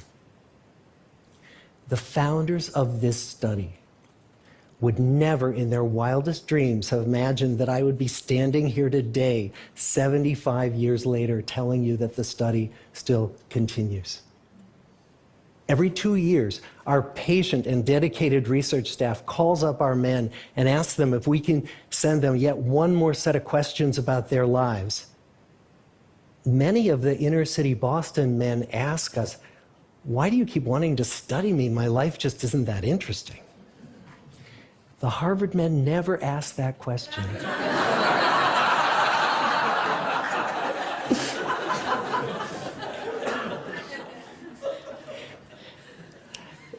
To get the clearest picture of these lives, we don't just send them questionnaires. We interview them in their living rooms. We get their medical records from their doctors. We draw their blood. We scan their brains. We talk to their children. We videotape them talking with their wives about their deepest concerns. And when about a decade ago we finally asked the wives if they would join us as members of the study, many of the women said, you know, it's about time. So what have we learned? What are the lessons that come from the tens of thousands of pages of information that we've generated on these lives? Well, the lessons aren't about wealth or fame or working harder and harder. The clearest message that we get from this 75-year study is this: good relationships keep us happier and healthier, period. We've learned 3 big lessons about relationships. The first is that social connections are really good for us and that loneliness kills. It turns out that people who are more socially connected to family, to friends, to community are happier, they're physically healthier, and they live longer than people who are less well connected. And the experience of loneliness turns out to be toxic. People who are more isolated than they want to be from others find that they are less happy, their health declines earlier in midlife, their brain functioning declines sooner, and they live shorter lives than people who are not lonely. And the sad fact is that at any given time, more than 1 in 5 Americans will report that they're lonely. And we know that you can be lonely in a crowd and you can be lonely in a marriage. So the second big lesson that we learned is that it's not just the number of friends you have, and it's not whether or not you're in a committed relationship, but it's the quality of your close relationships that matters. It turns out that living in the midst of conflict is really bad for our health.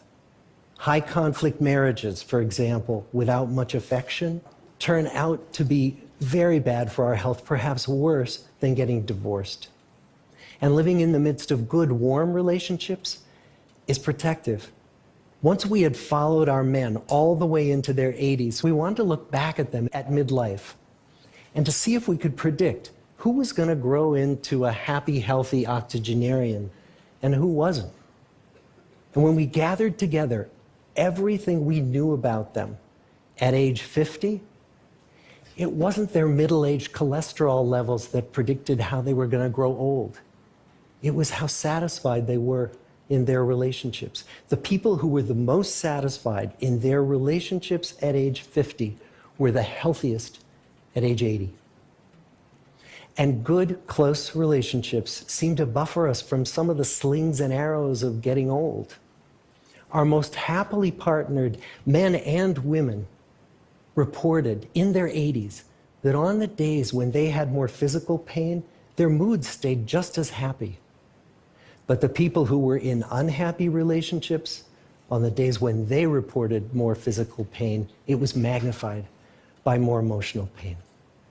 And the third big lesson that we learned about relationships and our health is that good relationships don't just protect our bodies, they protect our brains. It turns out that being in a securely attached relationship to another person in your 80s is protective. That the people who are in relationships where they really feel they can count on the other person in times of need, those people's memories stay sharper longer. And the people in relationships where they feel they really can't count on the other one, those are the people who experience earlier memory decline. And those good relationships, they don't have to be smooth all the time. Some of our octogenarian couples could bicker with each other day in and day out. But as long as they felt that they could really count on the other when the going got tough, those arguments didn't take a toll on their memories. So, this message that good, close relationships are good for our health and well-being, this is wisdom that's as old as the hills. Why is this so hard to get and so easy to ignore? Well, we're human. What we'd really like is a quick fix, something we can get that'll make our lives good and keep them that way. Relationships are messy and they're complicated, and the hard work of tending to family and friends, that's not sexy or glamorous. It's also lifelong. It never ends. The people in our 75-year study who were the happiest in retirement were the people who had actively worked to replace workmates with new playmates. Just like the millennials in that recent survey, many of our men, when they were starting out as young adults, really believed that fame and wealth and high achievement were what they needed to go after to have a good life. But over and over these 75 years, our study has shown that the people who fared the best were the people who leaned into relationships with family, with friends, with community. So what about you? Let's say you're 25, or you're 40, or you're 60. What might leaning into relationships even look like? Well, the possibilities are practically endless. It might be something as simple as replacing screen time with people time, or livening up a stale relationship by doing something new together, long walks or date nights, or reaching out to that family member who you haven't spoken to in years, because those all too common family feuds take a terrible toll on the people who hold the grudges. I'd like to close with a quote from Mark Twain. More than a century ago, he was looking back on his life, and he wrote this: "There isn't time, so brief is life, for bickerings, apologies, heartburnings, callings to account. There is only time for loving, and but an instant, so to speak, for that. The good life is built with good relationships." Thank you.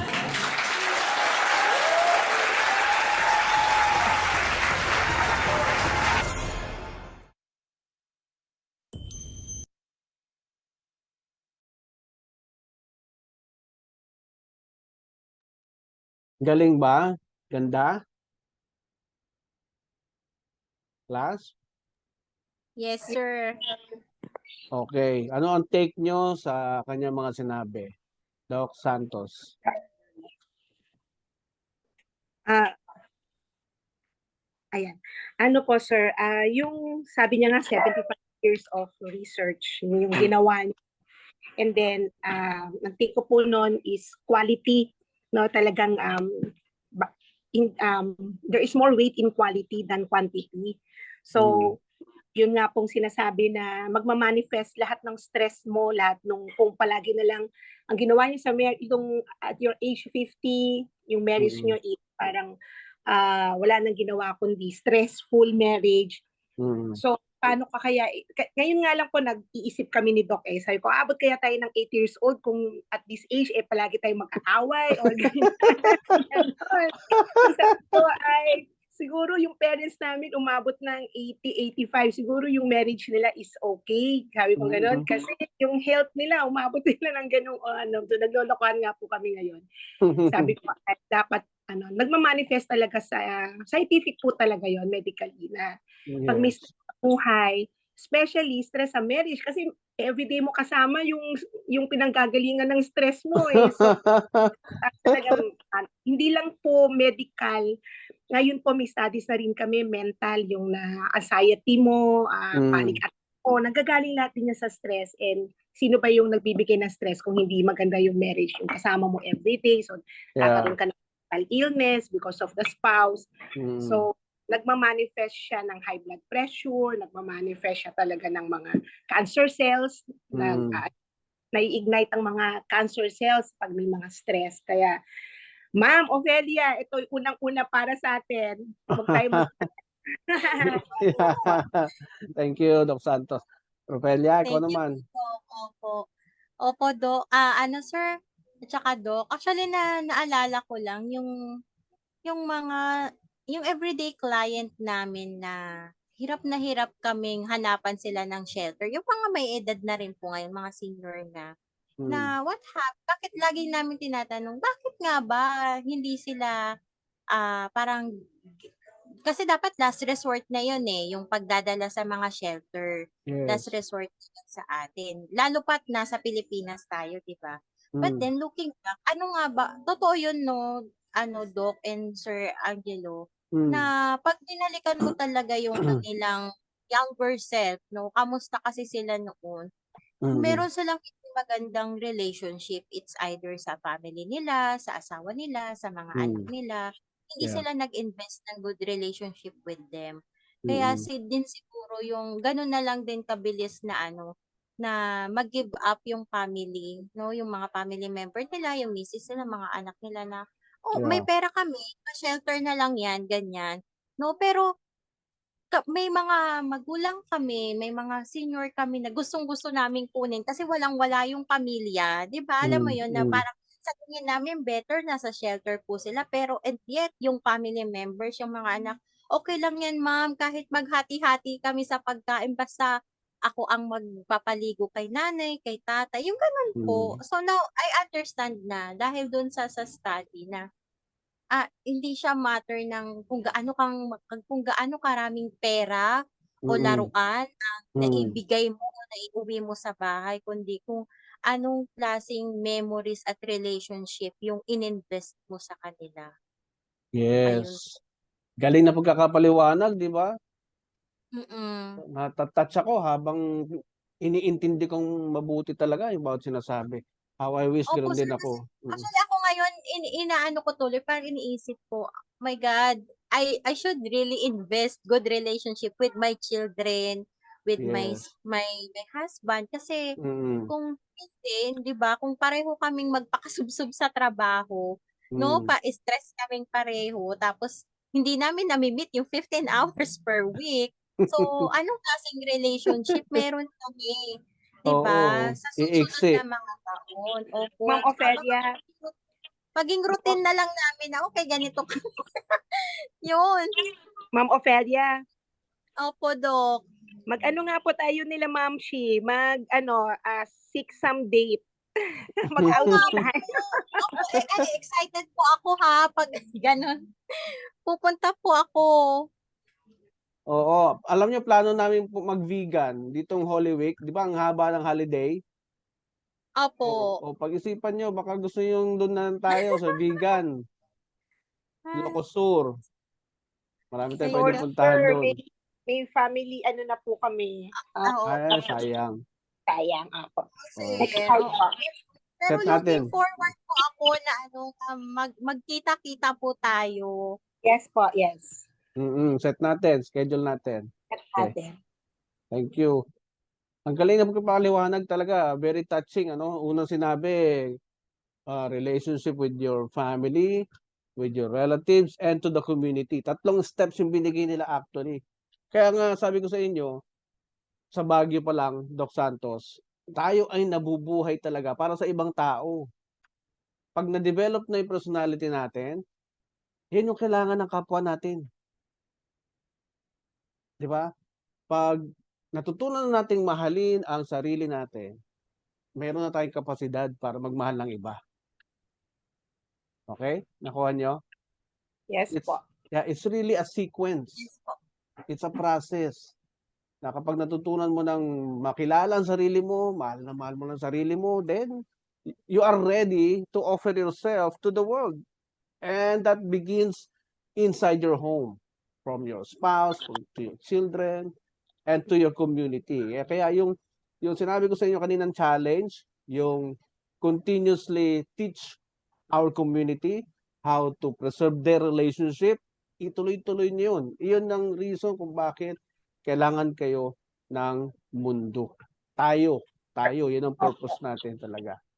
Sir, ang ganda Kaya, po nung impact nung isang slide nyo, yung love, yung quote po nyo is love God and then love yourself and then yes, love your neighbor. yes. Sino pa ba makakapagsabi sa atin ng tamang philosophy, kundi yung Diyos mismo, di ba? Ayaw lang kasi paniwalaan ng marami. Eto na, tinutulungan na tayo ng science na maintindihan ang sinasabi ng Bible. Okay? Kaya doon sa Baguio, hindi ko napigilan talagang sabihin na napaiyak ako doon. Yung sinabi ko na merong kantang na-compose na talagang very inspired siguro yung sumulat. Talagang naintindihan niya yung purpose natin sa mundo na tayo ay dapat makapakinabangan ng ibang tao kung paano mabuhay ng normal, 'di ba? Yung kantang walang sino man ang nabubuhay para sa sarili lamang, tayong lahat ay may pananagutan sa isa't isa. Napakagaling nung gumawa ng kantang yun. Fit na fit talaga sa ating purpose sa mundo. Kaya gusto nating lahat naman gusto mabuhay ng mahaba, ng matagal, ng masaya. Pero how to make that happen? Of course, let us follow God's advice on how to make that happen. Follow His laws unconditionally. Unconditional ang kanyang mga utos na pag sinunod mo, you will enjoy your memories. You will surely enjoy your memories. Pwede na ba natin marinig si Miss Vanessa? Miss Vanessa? Yes, sir. Sorry Yan, po. yan, yan. Nakikinig po ako. Nakikinig po ako. Ngayon po ko naiintindihan ko siguro, sir, yung tawag dito, bakit may mga anak na kung itrato nila yung mga anak nila mga magulang nila pagtanda, yung mga sinasaktan, kinukulong, parang hindi hata nag-invest yung mga magulang para dun sa mga anak. Parang ano po, 'di ba po, parang iisipin po yung na parang parang naging ano ba tong si magulang, naging iba ba to si magulang sa ngayon ko po nare-realize, parang siguro it may ganun. Pero siguro po by case siguro, sir, no po. Pero ang ganda po nung slide, napanood ko po yung video. Talagang nakikinig lang po ako. Ang ganda ng talakayan yun. Hindi po ako makasagot kasi kanina. Sir, sorry po. Okay, Kasi nasa okay. klase rin po ako ng isang klase ko. Pero Ay, nakikinig ganon. po ako yung headset ko. Oo, tigi-isang headset, yung isa sa isa Opo. dito. Opo, ang hirap po. Pero alam niyo po, yung klase ko po, statistic, Hmm. binanggit po yung building a relationship. Yung parang yun nga po parang may binanggit na yung pagbuo ng relasyon sa ibang tao. Parang yun Yes. po yung nakakapag-recite ako sa yun po, basta po, maganda po yung na-adapt ko kanina, nakapag-relate din po ako with the statistic. Ewan ko bakit po pumasok yung topic na yun dun, nung sa professor ko. Ang ganda po, sir. Oo, kaya ipakalat natin itong ating ginagawa, itong ating mga naintindihan ngayon, i-share natin sa iba. Mag-volunteer tayo, mag-volunteer teacher tayo sa ating komunidad. Yun po yung reason ng ating existence sa mundo. Ha? While wina-manage natin ang ating sariling pamilya, kung ating kalimutan yon, at the same time, let our community benefit from us. Okay? So, for the last slide, happy life, happy marriage, happy family is our choice. Pinili namin mag-asawa yan. Pinili namin ni Ma'am si Paula. Yan ang gusto namin. Happy life, happy family. At yan ang laging diyan lagi naka-align. Yung lahat ng aming ginagawa, sinasabi, iniisip, diyan lang naka-align sa aming focus na yan. We decided on that. So if you have the same choice like us, focus lang sa inyong family life na nasa magandang buhay, na nasa isip ninyo, focus lang kayo dyan, walang liko, walang sayang ng oras, spend more time to each other, stay on course, align nyo lang palagi kilos, gawa, isip nyo dyan, plano, everything, stay lang sa lane, straight ahead, at siguradong makakamit ninyo ang mahabang buhay na masaya, masagana. So, ang ating bansa talaga ay nakasalalay ang kinabukasan sa ating mga susunod na generation. Sa pamamagitan natin bilang mabuting magulang, maging mabuting ama, mabuting ina sa mga susunod na generation natin, mga anak natin. So, thank you. Thank you po ng marami sa inyong matyagang pakikinig sa ating lesson. At sana maipakilala niyo po ang kurso na ito sa mga kaibigan ninyo, sa mga LGU na nakita nyong paulit-ulit lang yung problema.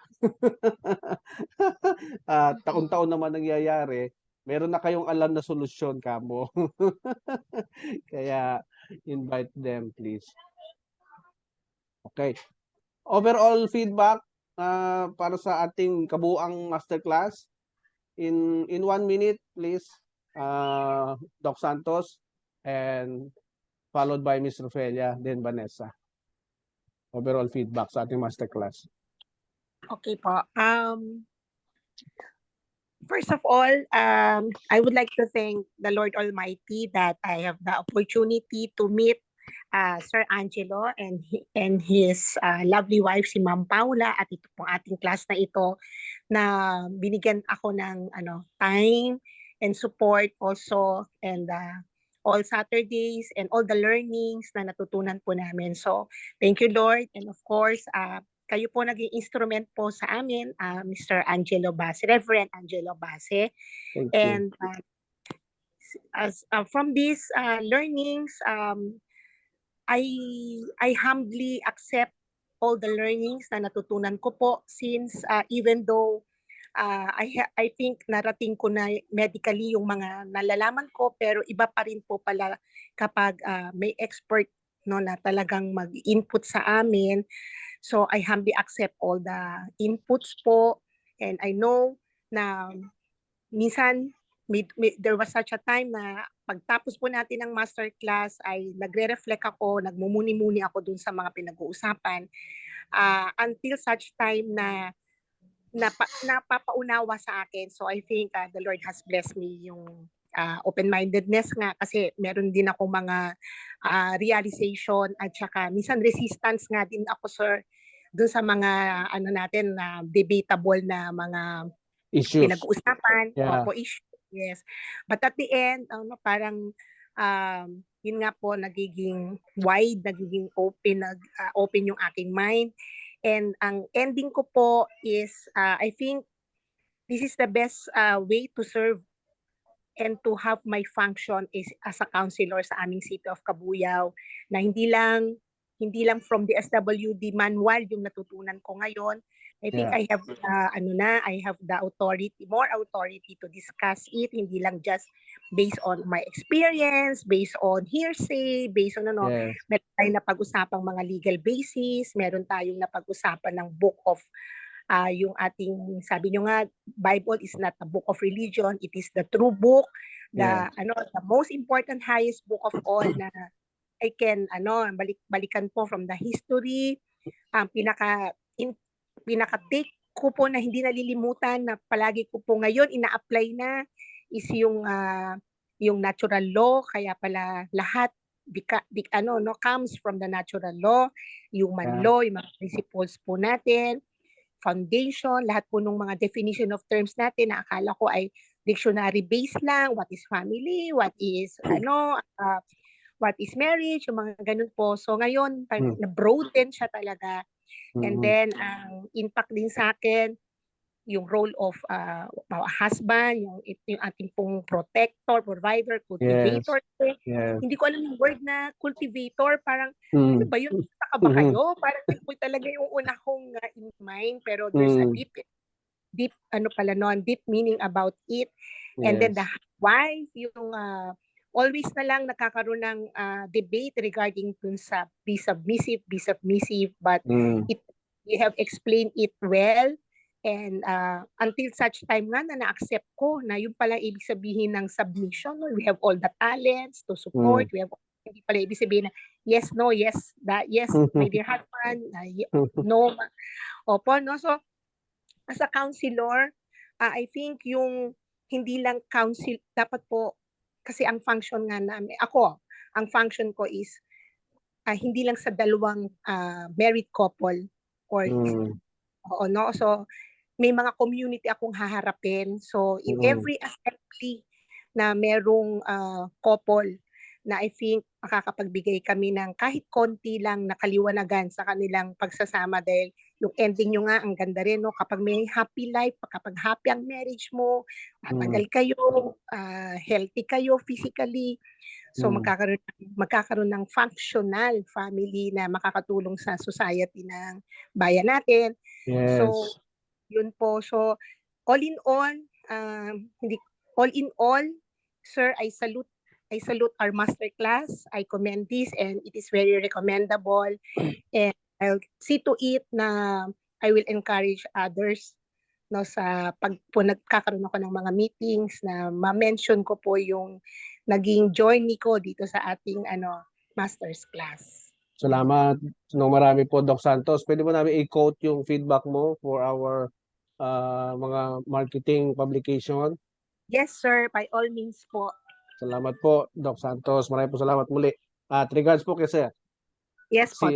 Yes. Kita tayo soon. Yes, sir. Opo. Miss Rupelia. Ayan, good afternoon, sir. No, good afternoon po. Good afternoon, Doc and Vanessa. ano po ang umpisahan? Ako po, si Ma'am Vanessa, no. Kasi halos nabanggit na rin naman ni Doc Santos, no, yung mga classes, no, yung mga subjects na tinake natin. Pero isa sa mga na-observe ko po dito sa masterclass natin is yung sincerity na, kasi unlike pag-training, no, I usually attend seminars, trainings, ganyan, no, forum about marriage and relationship. Pero iba yung atake ngayon kasi hindi ka lang, siguro kasi una sa lahat, Sir Angelo, yung pinaunawa mo sa amin yung dapat in-unlearn mo kung anong meron ka para mas maintindihan mo. So, isa yun sa mga natutunan ko dito na every time na maituturo ka, teka, dapat maunawaan ko ano yung pag-uusapan by unlearning ano yung mga dati kong dala-dala.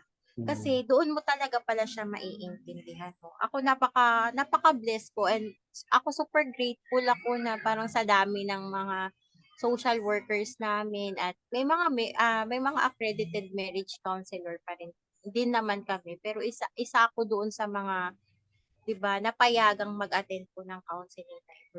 Yung sincerity ninyo na ipaunawa sa amin na ganito ka crucial yung role natin, so dapat nalalaman natin ito at the same time dapat ma-masters natin siya kasi hindi lang ito ako kasi very important sa akin ma-master siya, Doc at saka Sir Angelo, Ma'am Vanessa, dahil hindi lang ito tungkol sa sa trabaho natin, no? Parang nakasalalay din dito. Ang laking part nito sa buhay natin, no? Personal, sa work natin, at saka yung commitment natin sa Panginoon bilang isang individual na nabigyan ng pagkakataon. Kasi inisip ko, hindi naman lahat, no, nabibigyan ng chance na mag-attend ng ganito.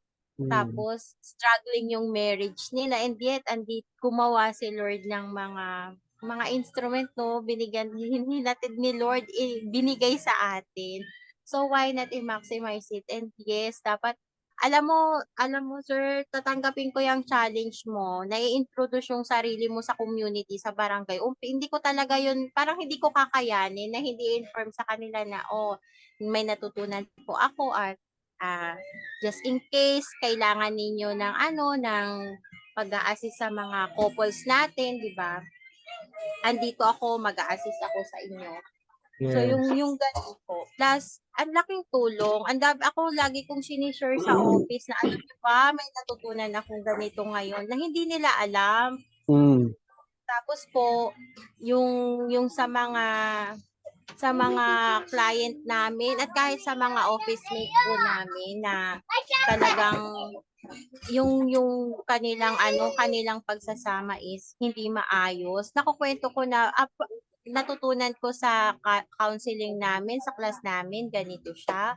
Baka pwede niyong i-try sa inyong mag-asawa. And alam mo sir, talagang nagwo-work. Yung una parang sila, may resistant. Naku, hindi na bagay sa amin yan kasi matanda na kami. O kaya 10 years na kaming kasal, pero yung iba na unti-unting ginagawa, talagang may malaking difference. Lalo na yung yung mga needs ng Yes. husband at saka needs ng wife. Shinare ko sa kanila yun, tapos na-realize nga nila na, oo nga, kaya pala ang lungkot ng relationship namin. So ako, I'm hoping na hindi ito yung una't huli ninyong class, sir. Sana po Yeah. lumawak pa ito at kung magkakaroon pa man ng ibang class, mag-a-attend pa rin kami. Thank Yung you, thank ganon. you. Opo. Yeah, salamat. So, yung mga naka-counseling mo na in-apply yung sinasabi mo, magandang magandang Opo, feedback. sir. Oo, buti naman at in-apply nila. Pero Tulad totoo, na, sir, may mga resistant, may in denial sa part nila, lalo na pag mga ma-share ko lang din, no, kasi mga social worker. So parang, teka lang, social worker ako alam ko mag-handle ng ng buhay, nagka-counseling ako sa ibang tao. So, pero kahit may denial, parang dumarating sila sa point na, ay teka, may admission, tas oo nga no, may problema pala din sa akin, kaya ganito yung marriage namin. So, yung mga ways, yung mga naituro din ni Ma'am Paula kung paano yung tamang pag-atake no sa client, yung pag-handle. yes, No? So, iba-iba din yan kung sila ba ay nag-aaway o ito ba ay mga professional yung kakausapin mo. So, yes. ang laking bagay din po yung mga technique na naituro. Ayun, very good, very good. Thank you na marami. Miss Vanessa, ikaw na. Yes, sir. Ako po, I am very much privileged na nakasama ko ang mga expert actually po in this sobra. Si Doc, si Ma'am.